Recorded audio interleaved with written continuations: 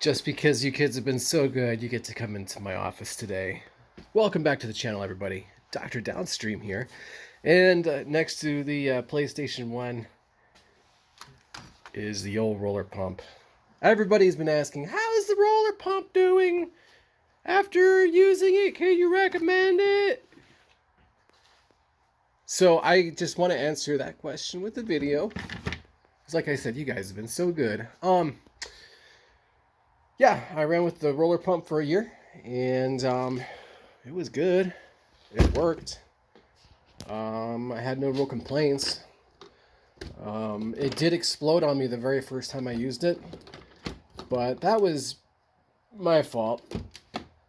And after repairing it, we were back in the saddle. I used this pump a lot this year for roofs, awnings, cement.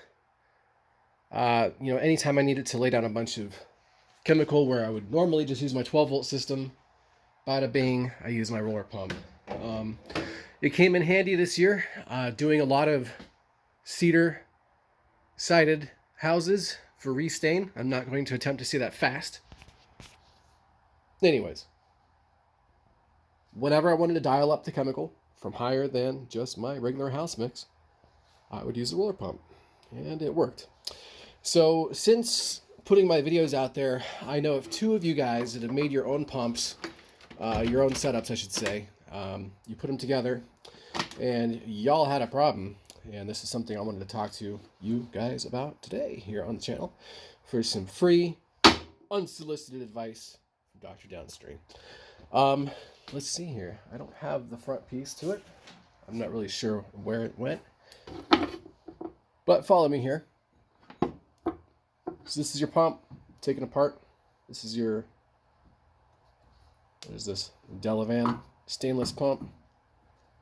4-roller. Anyways, so that's supposed to go back on there somehow. Anyways, here you get a picture of the actual rollers, right? So it makes a really, really weak suction on this thing. And one thing you're going to want to make sure that you do if you put one of these together is make it sure that it's lower than your tank. And that way it will help with keeping it primed, allowing it to draw. Because otherwise what will happen is if these little guys overheat, they're just made out of plastic. These guys will melt. There's a key inside of here that will melt. And then if you're running this thing while not having water in it, like if you're having priming issues, I ended up putting like a cutoff valve before my inlet, so it always trapped water in there. So I didn't have to worry about priming it.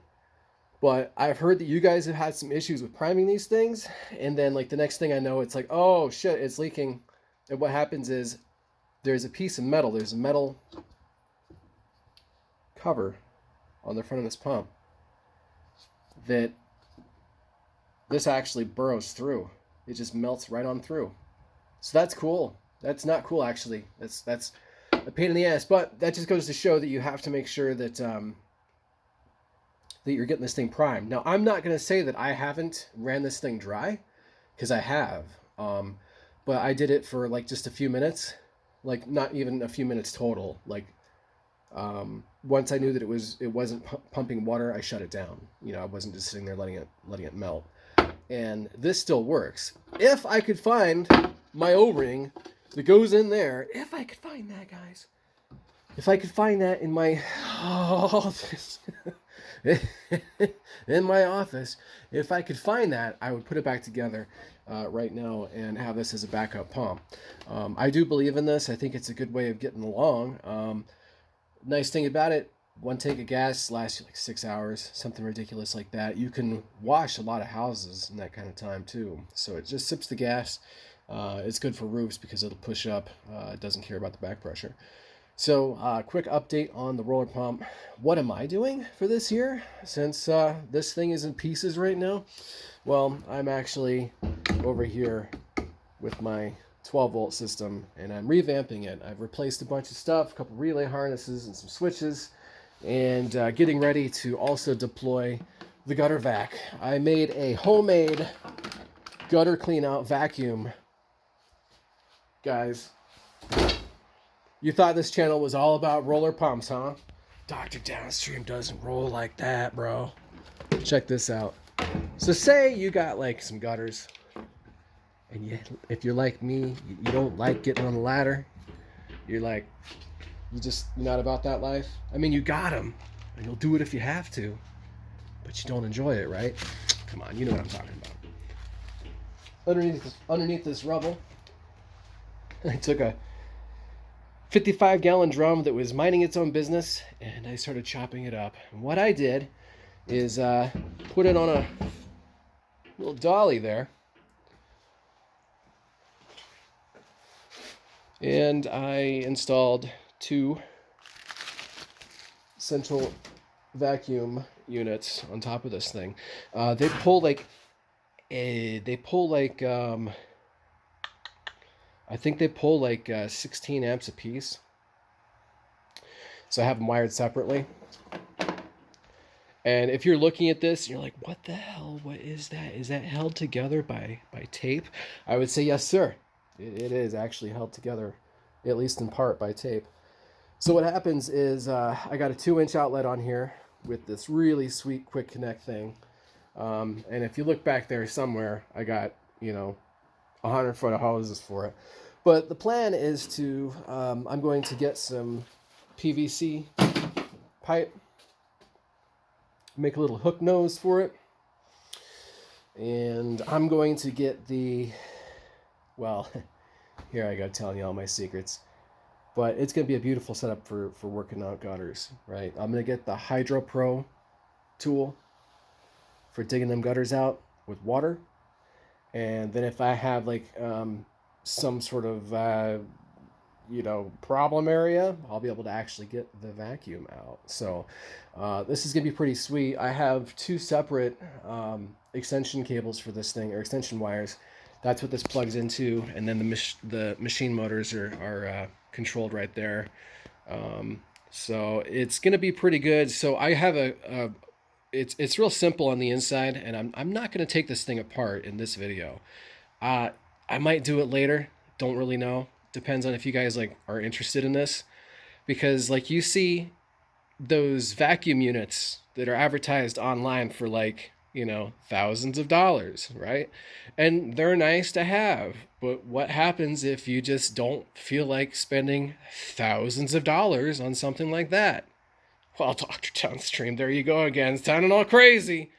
But I'm telling you, for just a few $100s, you guys can actually set this thing up, and it's gonna be more than powerful enough to clear your gutters out, to suck your eyeballs out. I mean, it's pretty rude how powerful this thing is.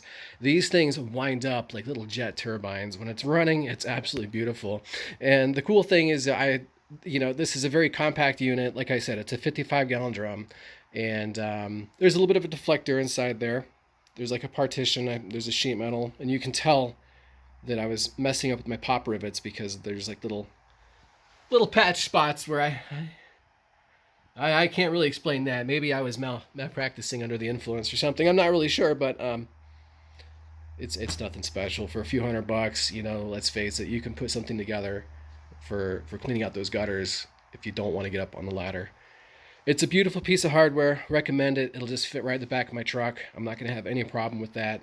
And when fall hits and the leaves are on the ground and everything, I'm just going to pull up, get my little generator out, or probably plug into their electrical actually, and just slurp them on out of the gutter. So if you've enjoyed this video, guys, and if you want to see more of we got to come up with a name for this. I am officially accepting submissions for naming this thing.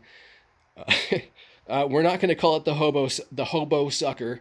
It's not going to happen like that. Sorry, guys. It could be like the Garbage Man 1000. I'm not really sure. The something sucker. I don't know. It's got or Cyclone. Whatever.